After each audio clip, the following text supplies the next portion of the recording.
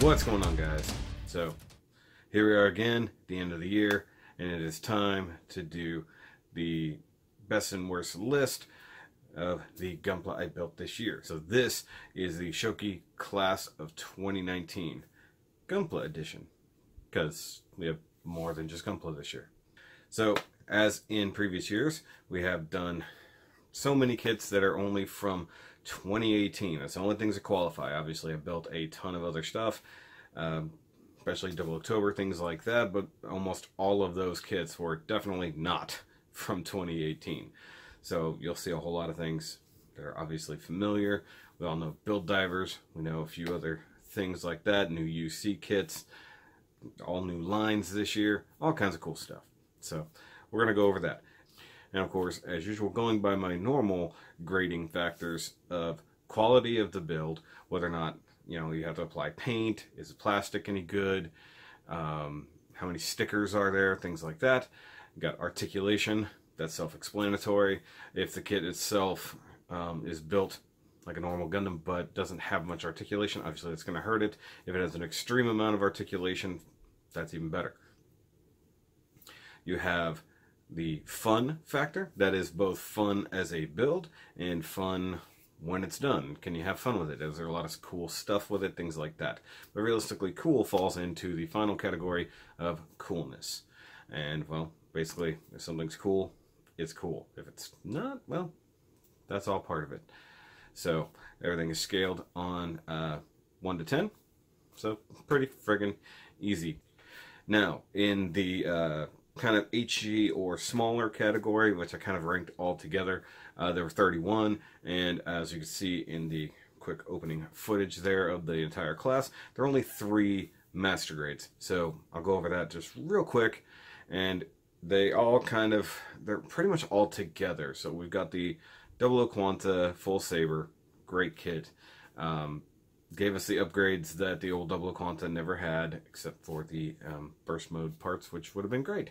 But as a kit, it doesn't really offer us anything new, just a new weapon add-on and a new V-fin. So that's cool, but the fact that it's P Bandai hurts it a little bit.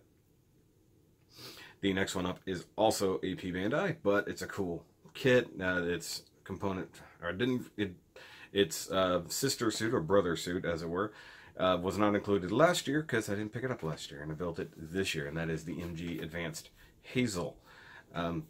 Really like this kit, even though it's based off an older inner frame. It comes with so much cool stuff. The water slides gave me a little bit of trouble, and you guys know I don't really like water slides, even though I got bigger into them this year.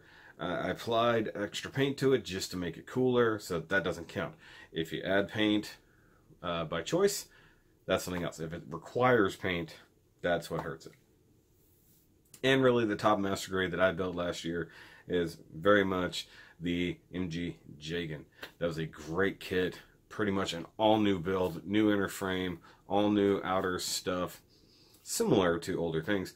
But it was just definitely a lot of fun. Kind of simplistic, but very nice in the end run. The stickers, they are just kind of meh for what they are. But overall, I really enjoyed the build. I liked it. I was excited about it. It was cool.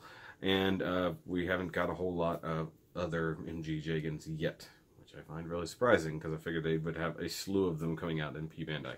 So at least the top 2018 master grade that I built is the Jagan.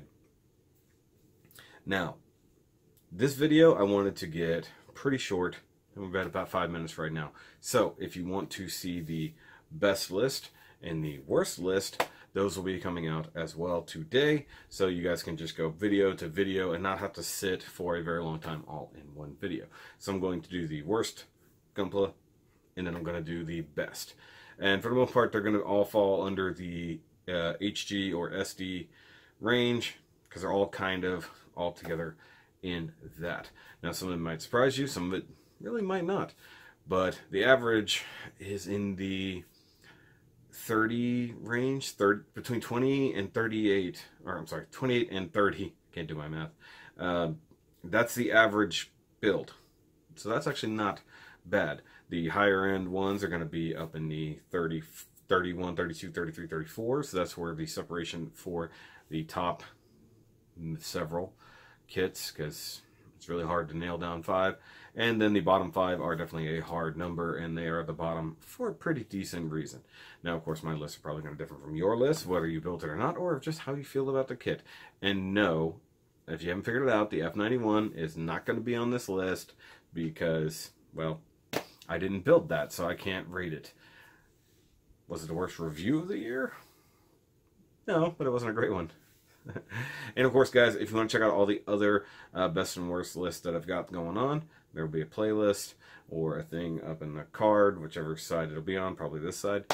It's all good. So stick around for the other Gunpla best and worst lists for the rest of the class of 2018. I hope I didn't say 2019 earlier. We'll see what happens. But I'll see you guys on those videos. So remember, as always, keep on building.